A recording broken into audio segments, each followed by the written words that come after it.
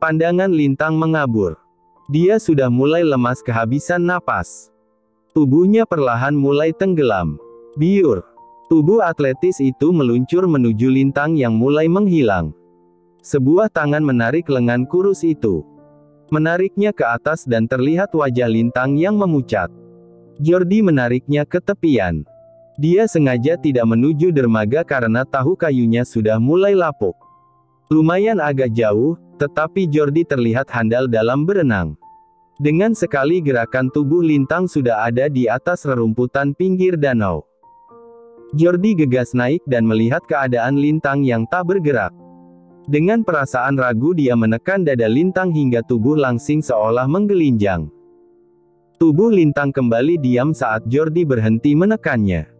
Jordi tampak ketakutan karena khawatir yang berlebih. "Maaf," gumamnya, lalu mendekatkan mulutnya ke bibir Lintang. Tangan kanannya berusaha membukanya. Beberapa kali Jordi berbagi oksigen dengan Lintang, dengan tangan sesekali menekan dada wanita itu. Hingga akhirnya suara batuk terdengar dari mulut wanita cantik itu, dibarengi dengan air yang menyembur dari sana. "Kamu sadar?" Pekik Jordi kaget bercampur bahagia. Dia menarik bahu Lintang agar bisa duduk. Suasana terasa kaku seketika. Tak lama bibir Lintang yang pucat gemetar kedinginan dan Jordi bisa menangkapnya. "Kamu kedinginan. Ayo kita pulang," katanya dan secepat kilat membopong tubuh langsing itu. Lintang tak bisa menolak karena tubuhnya masih lemas. Dari danau ke rumah Jordi berjarak sekitar 100 meter. Terhalang oleh jalan dan hutan pinus. Jordi membawanya seperti tiada beban. Lelaki itu meletakkan tubuh Lintang di sofa berbahan Oscar di depan perapian. Cuaca tidak sedang dingin, tetapi lelaki itu menyalakannya agar Lintang tak kedinginan. Selesai menyalakan api, Jordi berbalik ke arah sofa di mana Lintang berada. Dia melengos ketika melihat lekukan yang tergambar di balik baju yang basah.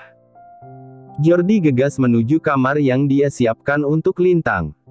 Wanita itu sudah menata barang-barangnya di sana. Jordi menuju koper berwarna abu tua di samping tempat tidur, membuka dan mengambil piyama dari sana. Tak lupa dia juga mengambil selimut. Lintang tampak masih lemah karena syok. Kesadarannya kembali hilang. "Maaf, aku tidak bermaksud buruk," ucap Jordi ketika mendekati tubuh yang terbaring itu. Dia mulai menutupinya dengan selimut yang tak begitu tebal, namun bisa menutupi dari leher hingga kaki. Setelah itu, Jordi memasukkan tangannya ke balik selimut dan mulai melepaskan baju Lintang dengan mata tertutup. Bohong jika dia tidak memiliki pikiran kotor. Meski sudah 8 tahun berlalu, tetapi dia masih mengingat malam itu, tubuh ranum itu. Jordi menelan salivanya berat dan mengembus napas kasar. "Cinta membuatku buta. Membuatku berkalang nafsu," Jordi bergumam dalam hati. Pikiran jahatnya melintas. Dia ingin mengulang kejadian itu. Lelaki itu menatap lekat wanita yang terbaring diam. Bibirnya tampak begitu menantang kelelakiannya. Jordi mendekatkan wajahnya hingga mereka tak berjarak. Mengecup lembut bibir itu. Hasratnya kembali bergejolak. Namun, lalu sisi baiknya berontak. Dia tidak ingin membuat Lintang tambah membencinya. Jordi justru berniat memperbaiki kisahnya di masa lalu. Mengambil hati Lintang dan menjadikan wanita itu milik dia seutuhnya. "Jika dulu aku hanya memikirkan kesenanganku semata, tapi sekarang, aku berharap kamu sendiri yang menyerahkan dirimu padaku secara sukarela," gumam Jordi dengan tatapan takjub. Meski dalam keadaan tak sadar dan rambut awut-awutan, tetapi Lintang tetap terlihat sangat cantik. Tiba saatnya Jordi melepaskan pakaian Lintang bagian bawah. Jiwa lelakinya kembali bangkit. Bayangan-bayangan tak baik kembali hadir. Dia berulang kali menghela napas panjang dan berusaha mengusir pikiran kotornya. Pakaian basah kini telah terlepas dari tubuh Lintang, tiba giliran dia memasangkan pakaian ganti. Darahnya berdesir ketika kembali bersentuhan dengan kulit mulus itu. Jordi cepat-cepat memasangkan piyama itu. Udara kian menghangat dengan bara api di perapian. Jordi bangkit sambil menghela napas. Hanya memasangkan baju, tetapi rasanya sudah kembali dari medan peperangan. Jordi gegas menuju dapur untuk membuat sup ayam. Saat di kota tadi dia sempatkan diri membeli bahan-bahan makanan. Lelaki itu terbiasa memasak sendiri saat kuliah dulu. Jadi, untuk memasak sepanci sup itu sangat mudah baginya. Wangi bawang bercampur daging ayam yang berada di air kaldu yang mendidih tercium wangi. Apalagi dalam keadaan perut yang lapar. Beres membuat sup ayam, Jordi lanjut membuat omelet. Wangi bawang, sayuran yang bercampur telur jauh lebih wangi dari sup tadi. Tubuh yang mulai menghangat akhirnya membuat Lintang sadar. Dia mengerjapkan mata dan memindai sekeliling. Mengingat-ingat apa yang sudah terjadi. Lintang terperanjat saat mengingat semuanya. Dia juga semakin kaget saat melihat dirinya sudah memakai pakaian kering. Lintang mengecek ke bagian dalam, tidak ada pakaian dalam yang dia pakai. Keributan di dapur membuat Lintang tahu jika lelaki itu ada di sana. Meskipun kini perutnya terasa meronta kelaparan, Lintang berusaha bangkit walaupun tubuhnya terasa lemah. "Jordi!" seru Lintang pada lelaki yang asik menuangkan omelet ke piring. "Hai, sudah siuman. Ayo makan," ajak Jordi dengan wajah tanpa dosa. Dia membawa piring berisi omelet itu ke meja. Kemudian dia kembali ke kompor dan menyiduk sup ke mangkuk. "Ayo duduk," pinta Jordi dan menaruh mangkuk itu di depan kursi kosong. Meminta agar Lintang duduk di sana. "Apa yang kamu lakukan tadi?" tanya Lintang dengan wajah serius. Jordi yang baru menaruh mangkuk sup langsung mendonggak dan membalas tatapan tajam Lintang. "Tadi," ucapnya balik bertanya. "Iya, tadi," jawab Lintang tegas. Jordi tampak kikuk. Aku menyelamatkan." Kamu bodoh," bentak Jordi menyembunyikan rasa groginya. "Bagaimana kamu bisa ceroboh sampai hampir mati tenggelam seperti itu?" Jordi mendelik sekilas lalu kembali ke kompor untuk mengambil mangkuk sup untuk dirinya. "Aku bertanya, apa yang telah kamu lakukan padaku? Kemana baju basahku? Bagaimana aku bisa berganti baju? Dan kenapa aku?" Lintang tak tega mengatakan hal itu. Hal mengenai kenapa dirinya tidak memakai pakaian dalam. "Aku yang menggantinya," jawab Jordi. "Lancang sekali kamu," teriak Lintang mendekat pada atasannya. Jordi terdiam. Dia akui telah lancang, tetapi siapa lagi yang akan melakukan selain dirinya? "Lintang, maaf," ujar Jordi mengiba. "Apa kamu melakukannya lagi?" tuduh Lintang. "Maksudmu?" Jordi tampak bingung. "Jangan pura-pura. Apa kamu mengulangi perbuatan terkutuk itu saat aku sedang tak sadarkan diri?" tanya Lintang. Jordi menggeleng. "Kalaupun kamu tidak melakukannya, kamu pasti melihat tubuhku yang telanjang," kata Lintang, memejamkan matanya dan melengos karena malu. "Aku sudah pernah melihatnya," sahut Jordi sedikit bercanda. Lintang kembali menatap nyalang pada lelaki itu. "Kamu tidak berhak," bentaknya. "Atau jangan-jangan, semua perjalanan dinas luar ini hanya akal-akalanmu saja agar kamu bisa berbuat mesum padaku?" Lintang kembali membentak. "Dengar," sela Jordi. "Apa aku yang menyuruhmu ke danau? Apa aku yang membuatmu tenggelam?" Lintang terdiam. "Aku hanya tidak ingin kamu kedinginan dan masuk angin. Aku tutupi tubuhmu pakai selimut saat membuka dan memasangkan baju itu. Memang benar aku menyentuh kulitmu, tapi aku sama sekali tidak melihatnya. Aku bukan keledai yang akan melakukan kesalahan yang sama. Aku menyesali kejadian di masa lalu dan ingin memperbaikinya," jelas Jordi. Lintang menjatuhkan dirinya ke kursi makan. Wajahnya masih tampak kesal.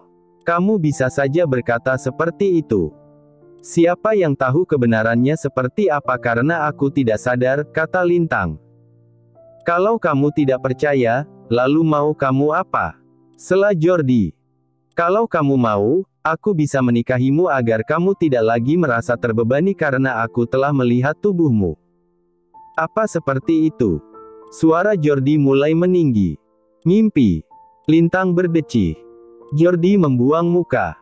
Dia menahan segala kesalnya, karena merasa begitu berdosa pada wanita di hadapan. Sudahlah. Makan dulu, nanti supnya keburu dingin, kata Jordi, suaranya melunak. Dia mulai mengambil sendok dan menyuap sup yang terasa hangat di tenggorokan. Rasa lapar membuat Lintang pun membuang rasa malunya. Dia pun mulai menyeruput sup panas itu dan memuji kehebatan Jordi memasak, dalam hatinya. Malam itu sulit sekali Lintang memejamkan mata. Bayangan ketika di danau tadi. Bagaimana jika Jordi tidak datang menyelamatkannya? Namun, kemudian dia membayangkan bagaimana Jordi melepaskan setiap pakaian basahnya. Begitupun dengan Jordi, dia membayangkan saat memberi napas buatan pada Lintang, juga saat kulit mereka bersentuhan. Lalu, ciuman yang dia daratkan di bibir Lintang walaupun wanita itu tak menyadarinya. Jordi menyentuh bibirnya dan tersenyum. Kamu akan menjadi milikku suatu saat nanti. Rasa benci dan cinta itu hanya terhalang sekulit ari, kata Jordi. Jordi meraih bantal dan memeluknya erat, membayangkan jika itu adalah sang wanita pujaan. Hari kedua Lintang dan Jordi di Italia, keduanya merasakan pegal-pegal saat bangun di pagi hari. Mereka tertidur hampir jam 3 pagi waktu setempat. Selain membayangkan apa yang terjadi saat siang, jet lag juga menjadi penyebab mereka sulit tidur. Lintang meregangkan tangan dan kaki sambil terlentang. Memutar-mutar kepala, karena lehernya terasa kaku. Duh, rasanya pengen dipijitin, gumam Lintang. Dia lalu bangkit dan membuka jendela yang langsung bisa melihat halaman yang begitu asri. Tamannya tertata rapi meski rumah itu tak terlalu besar. Sementara itu, Jordi lekas bangkit dari kasurnya dan menuju kamar mandi. Dia sudah terbiasa harus mandi di pagi hari. Selesai mandi, Jordi mengganti bajunya dengan kaos berwarna putih. Bahannya yang tidak terlalu tebal membuat apa yang ada di baliknya tercetak samar. Namun, kotak-kotak menyerupai roti sobek itu terlihat menggoda. Jordi keluar dari kamarnya menuju dapur. Sekian lama di luar negeri membuat Jordi terbiasa tidak makan nasi. Terutama nasi putih. Berbeda dengan Lintang yang masih terbiasa makan nasi setiap hari.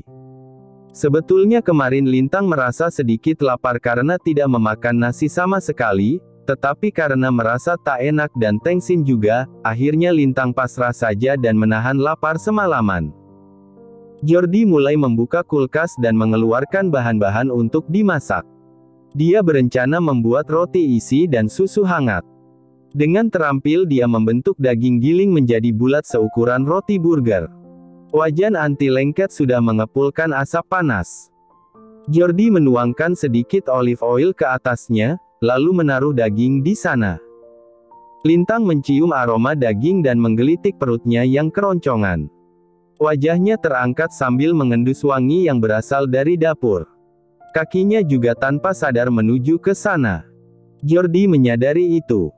Hai, udah bangun ternyata, sapa lelaki itu melirik dan kembali memilah daun selada.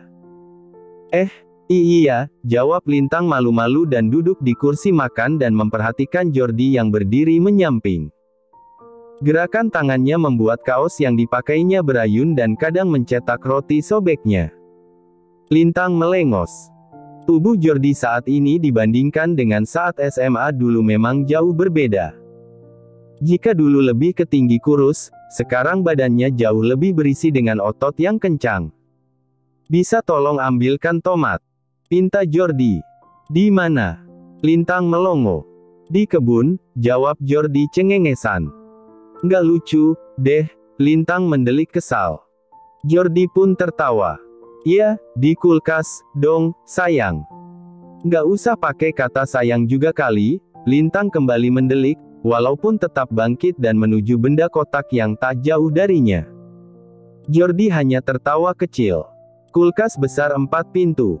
Lintang bingung juga mencarinya, Tetapi matanya langsung menangkap di mana letak dari kotak yang menyimpan sayur dan buah. Dia langsung mengambil tomat yang berukuran besar-besar itu. Jordi asik membolak-balik daging yang hampir matang. "Ini," ucap Lintang menyerahkan tomat dari balik punggung lelaki itu. Jordi terperanjat kaget karena saking asiknya memperhatikan daging yang sedang digrill. Dia berbalik dan terperanjat. Begitu juga dengan Lintang yang kaget karena melihat Jordi yang kaget. Lintang tersentak dan mundur mendadak hingga kakinya tersangkut kaki kursi dan membuatnya hampir terjengkang jika saja Jordi tidak sigap menangkap pinggangnya. Waktu seakan berhenti sesaat. Keduanya terpaku dan saling menatap tak berkedip. Jordi bahkan tanpa sadar mendekatkan wajahnya pada Lintang hingga mereka hanya berjarak beberapa senti saja. Namun, asap membumbung dari atas kompor membuat keduanya kembali terperanjat sadar. "Dagingnya!" pekik Jordi dan Lintang bersamaan.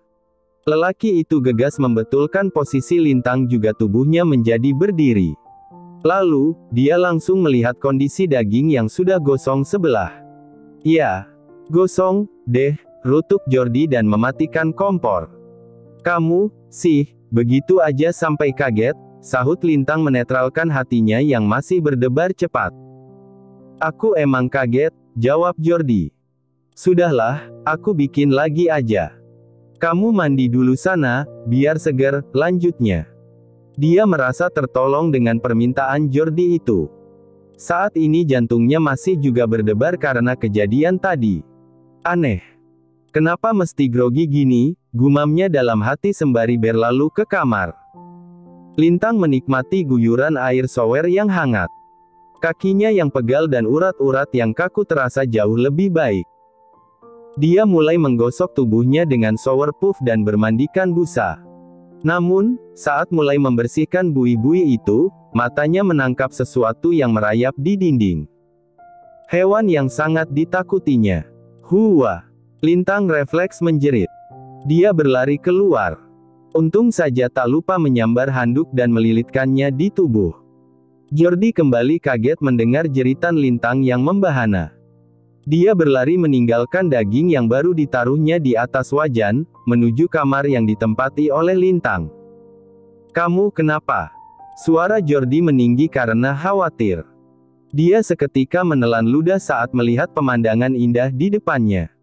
Pemandangan yang selama ini dia hindari, namun kini justru tampak jelas meski sebagian tertutupi. Ada cicak," jawab Lintang tergagap. Badannya gemetar ketakutan. Dia memang fobia dengan binatang merayap itu.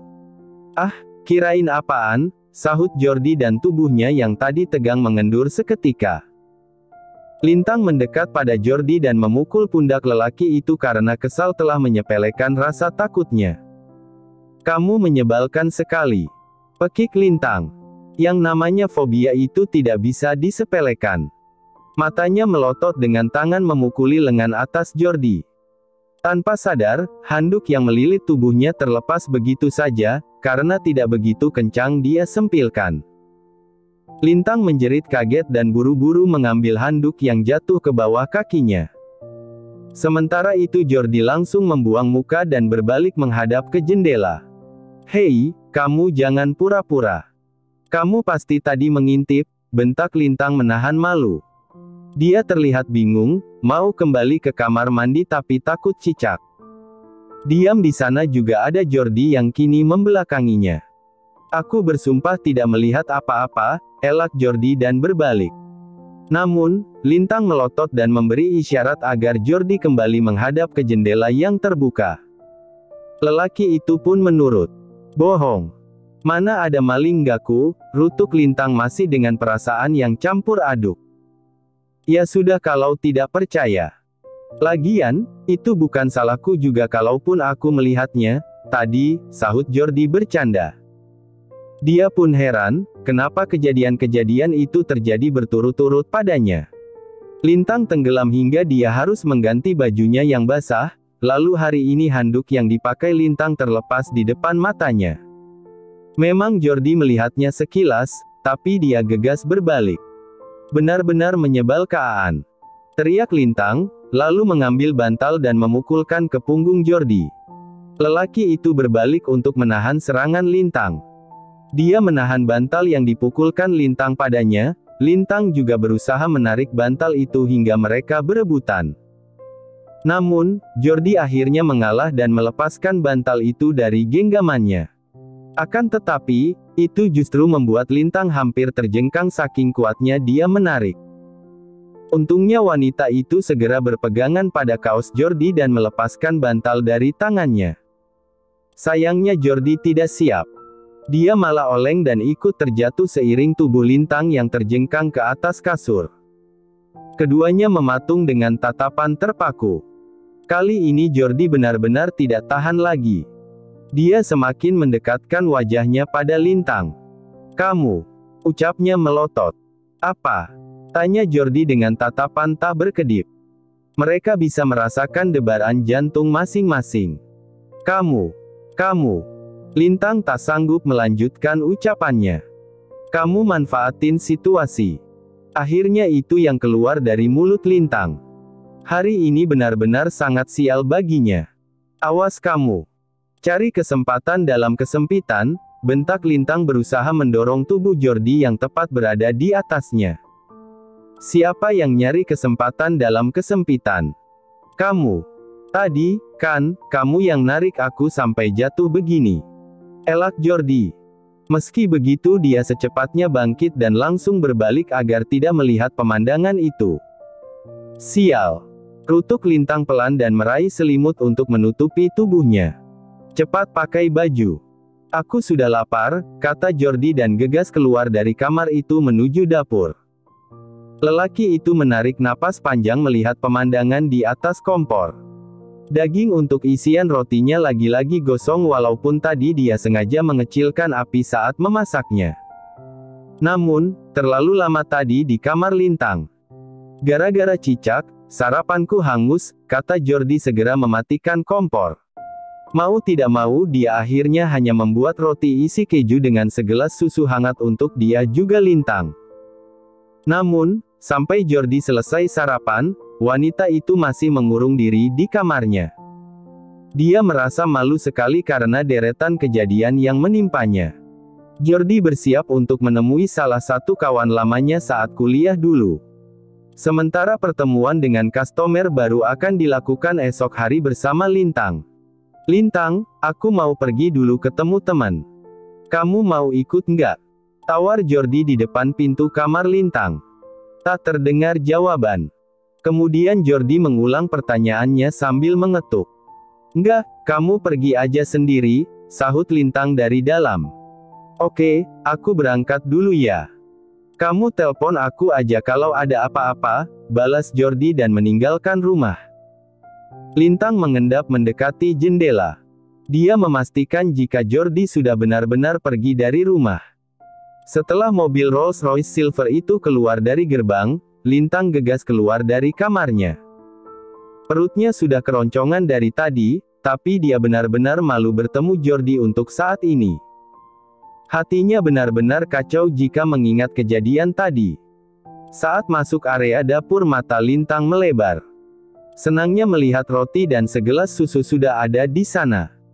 Ada sedikit haru dalam hatinya, ternyata Jordi tetap membuatkan sarapan untuknya meski dia tak mau keluar saat dipanggil. Beres sarapan, Lintang berkeliling di halaman. Melihat-lihat bunga mawar rambat yang dibentuk sedemikian rupa. Berjalan ke bagian belakang, ternyata ada kebun sayuran meski tidak luas. Ternyata dia beneran punya tomat di kebun. Lintang tertawa kecil sembari menyentuh buah berwarna merah itu. Lalu, dia teringat jika punya cucian bekas perjalanan dari Indonesia ke Italia, juga bekas tenggelam kemarin. Lintang ingat, jika besok harus menghadiri pertemuan dengan customer baru, maka hari ini dia masih punya waktu untuk berleha-leha dan mengerjakan sedikit pekerjaan rumah. Lintang juga heran, kenapa rumah ini tampak begitu terawat padahal ditinggalkan oleh pemiliknya pulang ke kampung halaman. Celinggak-celinguk ke bagian belakang, akhirnya Lintang menemukan ruangan binatu.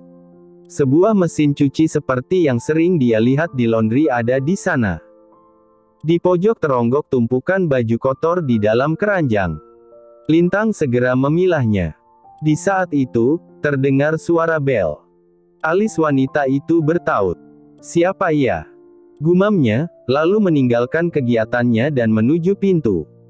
Pintu terbuka dan membuat Lintang terbelalak seketika, menelan salivanya dan mundur dengan kaki gemetar.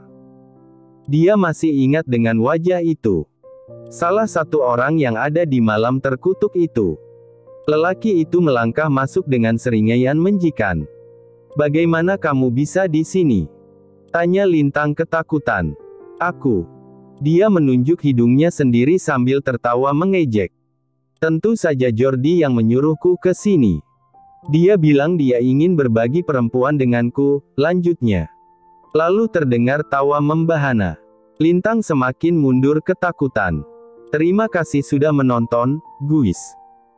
Jangan lupa klik like jika kalian menikmati cerita ini, subscribe untuk update konten seru lainnya, dan tinggalkan komentar di bawah tentang apa yang kalian pikirkan atau cerita apa yang ingin kalian dengar selanjutnya.